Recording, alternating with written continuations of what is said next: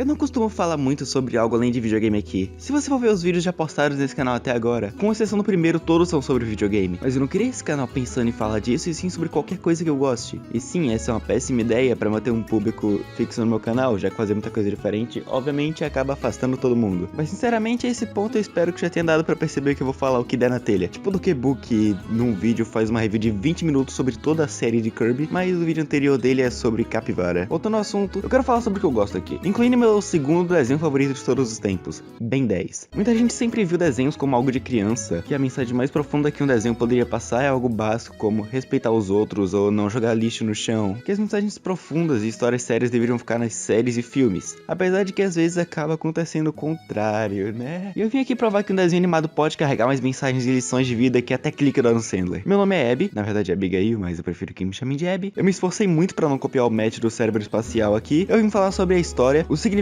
por trás dela e as lições presentes em Ben 10. Lembrando que esse vídeo tem spoilers do Ben 10 clássico até o Omniverse.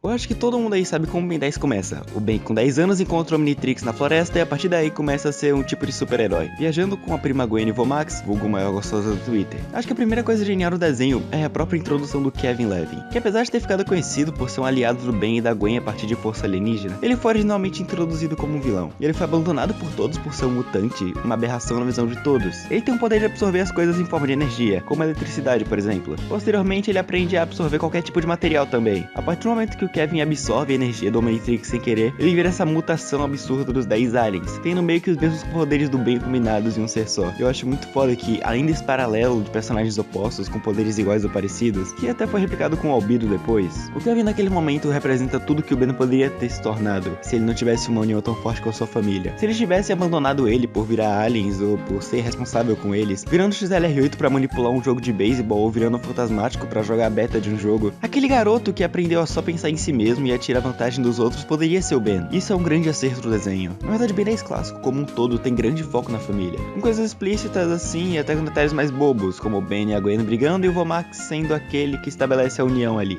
Como no Ben 10 clássico, uma criança portadora do Omnitrix, o desenho constantemente mostrava como um passo em falso podia fazer o Ben mudar completamente, e sobre como a família dele mantinha ele na linha. E inclusive, o Omniverse explora isso muito bem com o multiverso posteriormente, mas eu falo disso depois. Outro exemplo muito bom é o episódio do Ben 10.000, que o Ben e a Gwen vão pro futuro para salvar o aniversário de 80 anos do Vomax. Naquele futuro, o Ben se deixou levar pelos poderes do Omnitrix e abriu mão da humanidade dele. Ele é o maior herói do mundo e tá lutando contra vilões ou simplesmente transformado quase o tempo todo. Ele dá voltas no planeta em segundos no XLR8 só porque pode. E com isso, ele esqueceu até do aniversário do Vomax, já que ficar tanto tempo pensando só em ser herói feliz ele perdeu o contato com a família. Depois de perceber que ele não pode fazer tudo sozinho o tempo todo, ele percebe como ele só tava se afundando dentro da própria cabeça, ignorando tudo que não fosse vilões, ou fama e volta a dar o valor à família. Isso também faz o próprio Ben de 10 anos dar valor a dele, porque ele não quer ser arrogante e egoísta como aquela contraparte dele do futuro.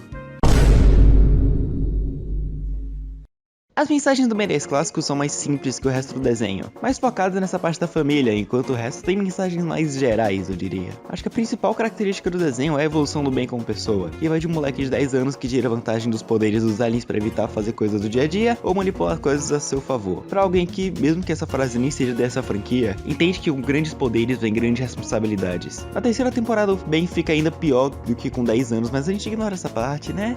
A gente ignora a sociedade ela. Tentou um episódio de supremacia alienígena onde o Ben de 16 anos encontra o de 10 e dá pra ver claramente a diferença de maturidade. Você tem um popozão? O que foi que você disse? Que você tem um popozão. Eu ouvi! Foi só uma observação, tá? Ao longo das séries, o Ben muda, cresce e evolui como pessoa. É o mesmo que acontece na vida real. Eu mudo, você muda, todos mudamos. Eu não sou a mesma pessoa que eu era em 2016, quando eu criei meu primeiro canal.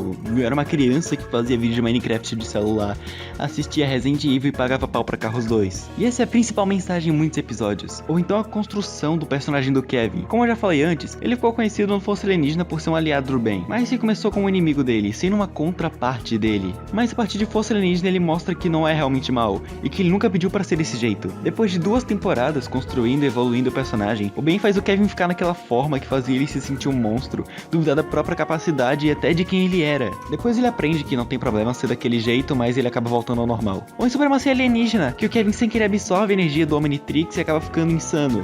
Lembrando, porque se o Kevin absorver muita energia de uma vez, como uma do Omnitrix, ele fica insano, e era um dos motivos dele ser um vilão no B10 clássico. Ele absorveu muita energia do Omnitrix e virou aquela mutação que só queria acabar com o Ben a todo custo. Quando isso acontece em Supremacia, ele decide se vingar de todos que já fizeram algum mal pra ele, porque ele já não acredita que ele possa mais ser um mocinho. Até o Universe tem esse foco na redenção dele, já que o Kevin constantemente luta contra seu próprio passado e as coisas que ele fez e que seus instintos ainda dizem pra ele fazer. Isso é uma muito boa construção de personagem, muito melhor que muito personagem do MCU, por sinal.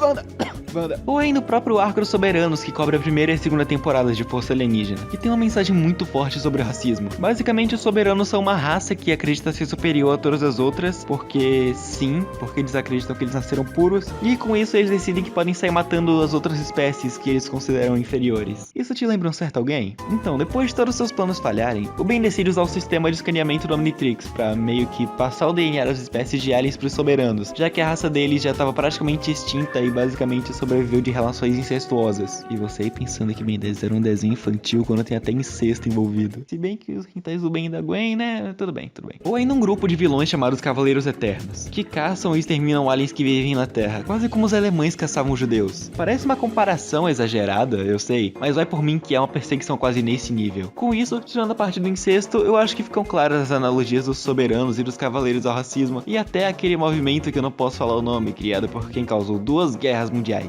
Quer dizer, isso não é infantil nem fudendo. Mas até se você ignorar essa parte que talvez eu tenha realmente viajado um pouco, não sei, ainda fica clara a analogia às perseguições de minorias no geral. Tipo o que os X-Men fizeram nos anos 60. Moral da história, não seja um preconceituoso de merda.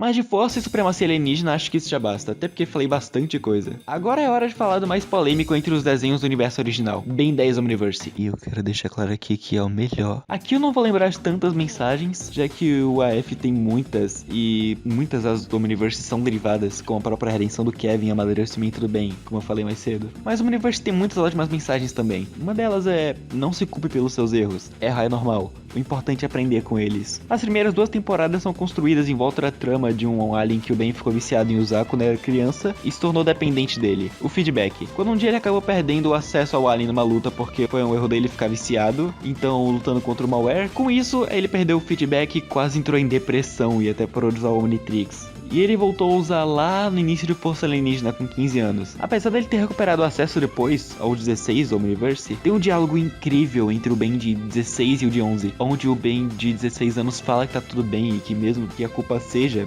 do Ben de 11 anos, tá tudo bem porque ele aprendeu com os erros. O auto-perdão é a mensagem aqui. Você não pode se culpar pra sempre pelos seus erros, especialmente os do passado. A não ser, claro, que você cometa os mesmos erros de novo e não aprenda. Então tem mais é que se fuder mesmo. Essa última parte não faz parte da mensagem, ok?